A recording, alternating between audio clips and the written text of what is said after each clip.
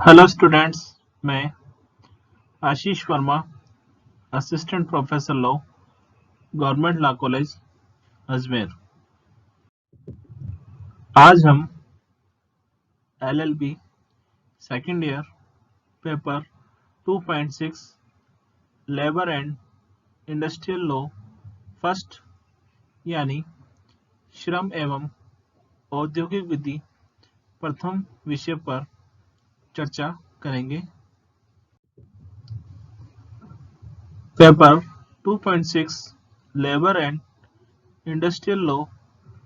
First या श्रम विधि, श्रम एवं औद्योगिक विधि प्रथम के अंतर्गत हमारे द्वारा कुल 5 अधिनियमों का अध्ययन किया जाना है, जिसके अंतर्गत हमारे द्वारा द ट्रेड यूनियन एक्ट 1926, व्यवसाय संघ अधिनियम 1926 का अध्ययन प्रारंभ किया जा चुका है। हमारे द्वारा पूर्व के व्याख्यानों में द ट्रेड यूनियन एक्ट 1926 यानी व्यवसाय संघ अधिनियम 1926 का प्रारंभ किया जा चुका है, जिसके अंतर्गत हमारे द्वारा अध्याय 1, जिसका शीर्षक है प्रारंभिक, जिसमें कुल 2 धाराएं हैं, धारा 1 व धारा 2। अध्याय 2, जिसका शीर्षक है व्यवसाय संघों का रजिस्ट्रीकरण या रजिस्ट्रेशन ऑफ ट्रेड यूनियंस, जो कि धारा 3 से लेकर धारा 14 तक है, तथा अध्याय 3, जिसका शीर्षक है रजिस्ट्रीकृत व्यवसाय संघों के अधिकार और दायित्व, जो कि धारा 15 से लेकर धारा 28 तक है। हमारे द्वारा पूर्व के व्याख्यानों में इन 3 अध्यायों पर चर्चा की जा चुकी है, अर्थात हमारे द्वारा कुल इस अधिनियम के कुल 3 अध्याय और 28 धाराओं पर चर्चा की जा चुकी है। आज हम इस अधिनियम द ट्रेड यूनियन एक्ट 1926, व्यवसाय संघ अधिनियम 1926 के अंतिम 2 अध्यायों पर चर्चा करेंगे, अध्याय 4 एवं अध्याय 5। अध्याय 4 में विनियम से संबंधित प्रावधान बताए गए हैं। अध्याय 4 में कुल 2 धाराएं हैं, धारा 29 एवं धारा 30। अध्याय 5 शास्तीय और प्रक्रियाओं से संबंधित प्रावधान बताती है, अर्थात पेनाल्टीज एंड प्रोसीजर के बारे में प्रावधान बताती है। इसके अंतर्गत कुल 3 धाराएं हैं, धारा 31 से लेकर धारा 33 तक, अर्थात धारा 31, 32 एवं धारा 33। अध्याय 4, जिसका शीर्षक है विनियम या रेगुलेशंस, इसके अंतर्गत 2 धाराएं, धारा 29 और धारा 30 में इस अधिनियम के संबंध में प्रावधान बताए गए हैं। धारा 29 विनियम बनाने की शक्ति, पावर टू मेक रेगुलेशंस के बारे में प्रावधान करती है, जबकि धारा 30 विनियमों के प्रकाशन, पब्लिकेशंस ऑफ रेगुलेशंस के बारे में प्रावधान करती है। धारा 29 के अनुसार विनियम बनाने की शक्ति, पावर टू मेक रेगुलेशंस, धारा 29 की उपधारा 1 के अनुसार समुचित सरकार इस अधिनियम के उपबंधों को क्रियान्वित करने के प्रयोजन के लिए विनियम बना सकेगी। उपधारा 2 के अनुसार विशिष्ट और पूर्वगामी शक्ति की व्यापकता पर प्रतिकूल प्रभाव डाले बिना ऐसे विनियम निम्नलिखित सभी विषयों के लिए या उनमें से किसी के लिए उपबंध कर सकेंगे, अर्थात वह रीति जिससे व्यवसाय संघ या व्यवसाय संघों के नियम रजिस्ट्रीकृत किए जाएंगे और रजिस्ट्रीकरण के समय देय फीसें। ख किसी ऐसे रजिस्ट्रीकृत व्यवसाय संघ की दशा में जिसने अपना प्रधान कार्यालय एक राज्य से बदलकर दूसरे राज्य में कर लिया है, रजिस्ट्रीकरण का अंतरण। ग वह रीति जिससे और उन व्यक्तियों की अर्हताएं जिनके द्वारा रजिस्ट्रीकृत व्यवसाय संघों के या ऐसे संघों के किसी वर्ग के लेखे संपरीक्षित किए जाएंगे। घ वे शर्तें जिनके अध्ययन रहते हुए ऐसे दस्तावेजों का जो रजिस्ट्रार के द्वारा रखी जाती है निरीक्षण अनुज्ञात किया जाएगा। और वे शुल्क या फीसें जो ऐसे निरीक्षणों के बारे में प्रभावी होगी तथा अणे कोई भी विषय जो विहित किया जाना है या किया जाए। व्यवसाय संघ अधिनियम 1926 की धारा 29 के अनुसार यह उबंध किए गए हैं कि समुचित सरकार इस अधिनियम के उबंधों को प्रभाव में लाने के प्रयोजन के लिए विनियम बना सकती है। विशेषतः समुचित सरकार ऐसे विनियम उपरोक्त विषयों के लिए या उनमें से किन्हीं विषयों के लिए बनाने की व्यवस्था कर सकती है। पहला, वह रीति जिसमें श्रमिक संघों और श्रमिक संघों के नियमों को पंजीकृत किया जाएगा और पंजीयन के लिए देय शुल्क। दूसरा, ऐसे पंजीकृत व्यवसाय संघों के विषय में जो अपना प्रधान कार्यालय एक राज्य से दूसरे राज्य में परिवर्तन कर चुका है, पंजीयन का अंतरण। तीसरा, वह रीति जिसके अनुसार उन व्यक्तियों की योग्यताएं जिनके द्वारा पंजीकृत किए हुए व्यवसाय संघों अथवा ऐसे संघों के किसी भी वर्ग की लेखा पुस्तकों की जांच की जाएगी। चौथा, वे शर्तें जिनके अधीन रहते हुए पंजीयकों द्वारा अपने पास रखे गए अभिलेख का निरीक्षण किया जाना स्वीकार किया जाएगा और ऐसे निरीक्षण के लिए निर्धारित शुल्क। पांचवा, ऐसा कोई अन्य विषय जिसका निर्धारण अनिवार्य है या जो निर्धारित किया जाए। व्यवसाय संघ संशोधन अधिनियम 2001 द्वारा अधिनियम की धारा 29 में उपधारा 3 व उपधारा 4 जोड़ी गई है या शामिल की गई है। उपधारा 3 के अनुसार केंद्र सरकार के द्वारा धारा 22 की उपधारा 1 के अधीन निकाली गई प्रत्येक अधिसूचना और उसके द्वारा उपधारा 1 के अधीन बनाया गया प्रत्येक विनियम उसके निकाले या बनाए जाने के पश्चात यथाशीघ्र संसद के प्रत्येक सदन के समक्ष व जब सत्र में हो कुल 30 दिन की अवधि के लिए रखा जाएगा। यह अवधि एक सत्र में या 2 या अधिक अनुक्रमिक सत्रों में पूरी हो सकेगी। यदि उस सत्र के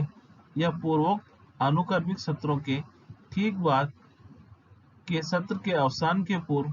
दोनों सदन उस अधिसूचना या विनियम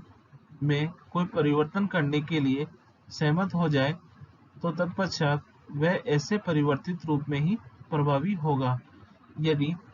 उक्त अवसान के पूर्व दोनों सदन सहमत हो जाए कि वह अधिसूचना नहीं निकाली जानी चाहिए या वह विनियम नहीं बनाया जाना चाहिए तो तत्पश्चात वह निष्प्रभाव हो जाएगा। किंतु अधिसूचना या विनियम के ऐसे परिवर्तित या निष्प्रभाव होने से उसके अधीन पहले की गई किसी बात की विधि मान्यता पर प्रतिकूल प्रभाव नहीं पड़ेगा। अर्थात उपधारा 3 के अनुसार केंद्र सरकार के द्वारा धारा 22(1) के अधीन जारी की गई विज्ञप्ति एवं विनियमन को संसद के प्रत्येक सदन में प्रस्तुत किया जाएगा जबकि संसद का वह सदन सत्र में हो। ऐसी विज्ञप्ति या विनियम को कुल 30 दिन के लिए सदन में रखा जाएगा, जो एक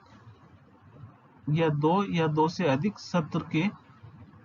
हो सकेंगे। यदि दोनों सदन विज्ञप्ति अथवा विनियमन में परिवर्तन करने के इच्छुक हैं या वे चाहते हैं कि ऐसी विज्ञप्ति या विनियमन जारी नहीं की जानी चाहिए, तो विज्ञप्ति अथवा विनियमन परिवर्तित रूप में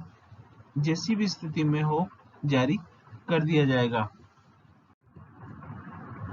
उपधारा 4 के अनुसार राज्य सरकार के द्वारा धारा 22 की उपधारा 1 के अधीन निकाली गई प्रत्येक अधिसूचना और उसके द्वारा उपधारा 1 के अधीन बनाया गया प्रत्येक विनियम बनाए जाने के पश्चात यथाशीघ्र विधानमंडल के समक्ष रखा जाएगा। अर्थात उपधारा 4 के अनुसार राज्य सरकार के द्वारा जारी की गई विज्ञप्ति को राज्य विधानमंडल के समक्ष उपरोक्त प्रक्रिया का निर्वहन करते हुए प्रस्तुत किया जाएगा।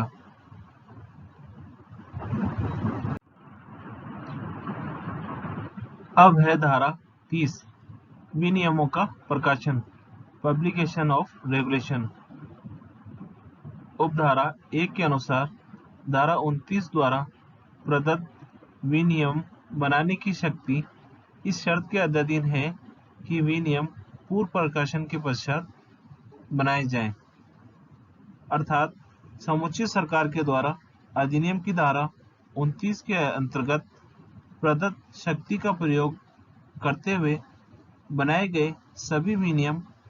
सरकारी राजपत्र में प्रकाशित किए जाएंगे। वे केवल पूर्ण प्रकाशन के बाद ही वैध होंगे। उपधारा 2 के अनुसार साधारण खंड अधिनियम 1897 की धारा 23 के खंड 3 के अनुसार विनिर्दिष्ट किए जाने वाली वह तारीख जिसके पश्चात उन विनियमों के प्रारूप पर विचार किया जाएगा जो बनाए जाने के लिए प्रस्तावित हो, उस तारीख से 3 मास से कम की न होगी, जिसको प्रस्तावित विनियमों का प्रारूप सर्वसाधारण की जानकारी के लिए प्रकाशित किया गया था। अर्थात सामान्य खंड अधिनियम 1897 की धारा 23(3) के अनुसार नियत की जाने वाली वह तिथि जिसके बाद रचनात्मक प्रस्तावित नियमों में विचार किया जाएगा, उस तारीख से जिस पर प्रस्तावित नियमों का आम जनता की जानकारी के लिए प्रकाशित या प्रकाशन किया गया होगा, 3 मास से कम न होगी। उपधारा 3 के अनुसार इस प्रकार बनाए गए विनियम शासकीय राजपत्र में प्रकाशित किए जाएंगे और ऐसा प्रकाशन हो जाने पर इस प्रकार प्रभावी होंगे कि मानो वे इस अधिनियम में अधिनियमित किए गए हों। अब है अध्याय 5 शास्तियाँ और प्रक्रिया, पेनल्टीज एंड प्रोसीजर। इसके अंतर्गत हमारे द्वारा कुल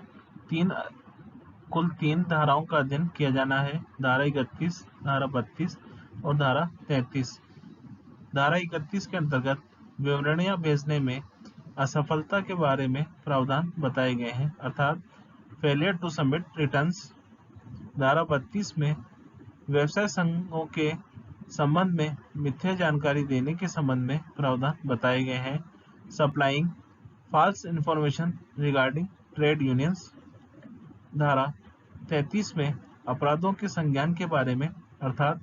कॉग्निजेंस ऑफ ऑफेंस के बारे में प्रावधान बताए गए हैं। धारा 31, सबसे पहले धारा 31 विवरणियां भेजने में फेलियर टू सबमिट रिटर्न्स। उपधारा 1 के अनुसार यदि इस अधिनियम के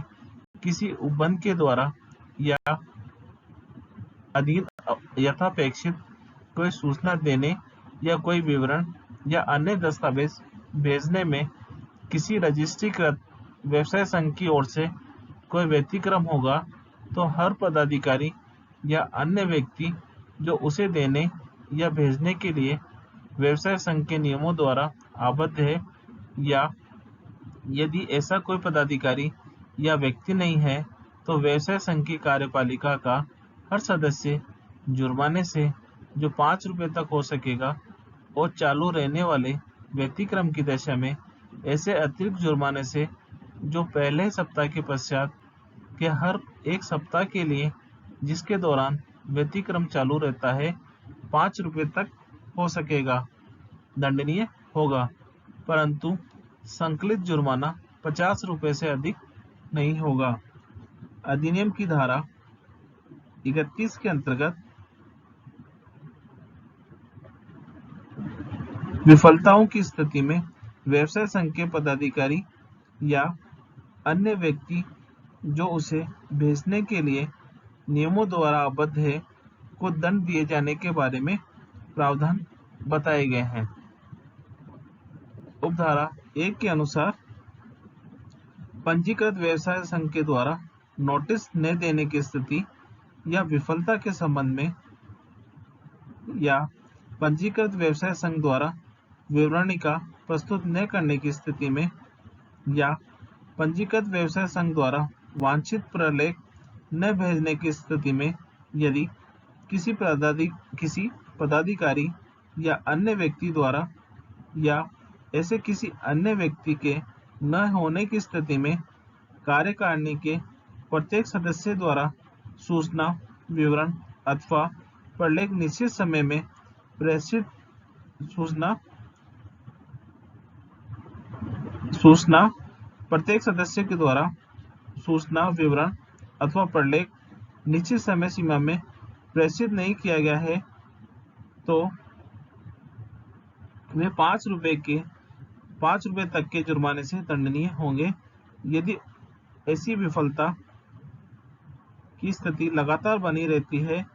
तो व्यवसाय संघ के उक्त पदाधिकारियों पर अतिरिक्त जुर्माना लगाया जा सकेगा, जो प्रथम सप्ताह के पश्चात प्रत्येक सप्ताह के लिए 5 रुपये की धनराशि तक हो सकेगा, परंतु जुर्माने की मूल राशि का योग किसी भी स्थिति में 50 रुपये से अधिक नहीं होगा। उपधारा 2 के अनुसार कोई भी व्यक्ति जो धारा 28 के अधीन अपेक्षित साधारण विवरण में जानबूझकर कोई मिथ्या प्रविष्टि करेगा या कराएगा, या उसमें कोई लोप करेगा या कराएगा, या नियमों के परिवर्तनों की उस प्रतिलिपि में जो उस धारा के अधीन रजिस्ट्रार को भेजी गई हो कोई मिथ्या प्रविष्टि कराएगा या करेगा, या उसमें कोई लोप करेगा या कराएगा, जुर्माने से जो 500 रुपये तक हो सकेगा, दंडनीय होगा। अर्थात धारा 31 की उपधारा 2 के अनुसार व्यवसाय संघ को सूचनाएं या विवरण समय समय पर पंजीयक के कार्यालय में प्रस्तुत करनी होती है।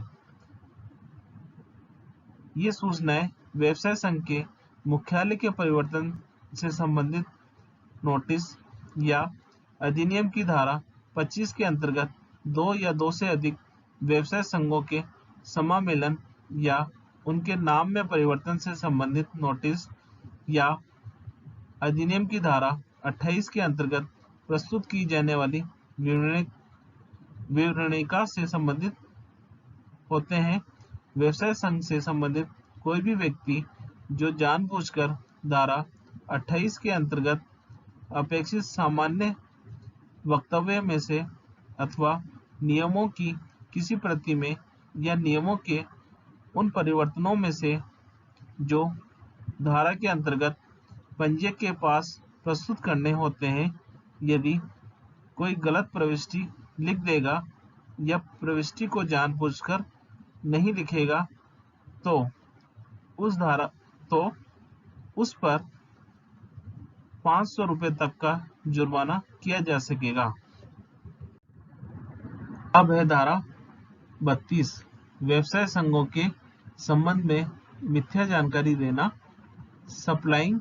False information regarding trade unions. कोई भी व्यक्ति जो रजिस्ट्रीकृत व्यवसाय संघ के किसी सदस्य को या किसी ऐसे व्यक्ति को जो ऐसे व्यवसाय संघ का सदस्य होने का आशय रखता है या होने के लिए आवेदन करता है, कोई ऐसी दस्तावेज प्रवंचना करने के आशय से देगा जो व्यवसाय संघ के नियमों की या उनमें किए गए किन्हीं परिवर्तनों की एक प्रतिलिपि होना तात्पर्य है और जिसके बारे में वह यह जानता है या यह विश्वास करने का कारण रखता है कि वह ऐसे नियमों या परिवर्तनों की शुद्ध प्रतिलिपि नहीं है जो तत्समय प्रवृत्त है, या कोई भी व्यक्ति जो ऐसे आशय से किसी व्यक्ति को किसी अरजिस्ट्रीकृत व्यवसाय संघ के नियमों की कोई प्रति इस बहाने से देगा कि ऐसे नियम रजिस्ट्रीकृत व्यवसाय संघ के नियम हैं, जुर्माने से जो 200 रुपये तक हो सकेगा दंडनीय होगा। अर्थात अधिनियम की धारा 32 में ये उपबंध बताए गए हैं कि यदि कोई व्यक्ति धोखा देने के आशय से पंजीकृत व्यवसाय संघ के किसी सदस्य को अथवा किसी ऐसे व्यक्ति को जो उस व्यवसाय संघ का सदस्य बनने का इच्छुक है या ऐसी सदस्यता के लिए आवेदन कर रहा है को निम्न प्रकार की सूचनाएं देता है। पहला, कोई ऐसा अभिलेख प्रेषित करता है जिससे उस व्यवसाय संघ की नियमावली की प्रकृति बदलती हो। दूसरा, कोई ऐसा अभिलेख प्रस्तुत करता है जिसमें नियमों में किसी परिवर्तन को जिसे वह जानता है या जिसे जानने का उसके पास पर्याप्त कारण है कि वह नियमों की सही प्रतिलिपि नहीं है, या यह कि नियमों में किए गए परिवर्तनों की यथार्थ प्रतिलिपि नहीं है, तो ऐसे व्यक्ति को 200 रुपये तक के जुर्माने से दंडित किया जा सकता है। अब है धारा 33 अपराधों का संज्ञान, कॉग्निजेंस ऑफ ऑफेंसेस। उपधारा 1 के अनुसार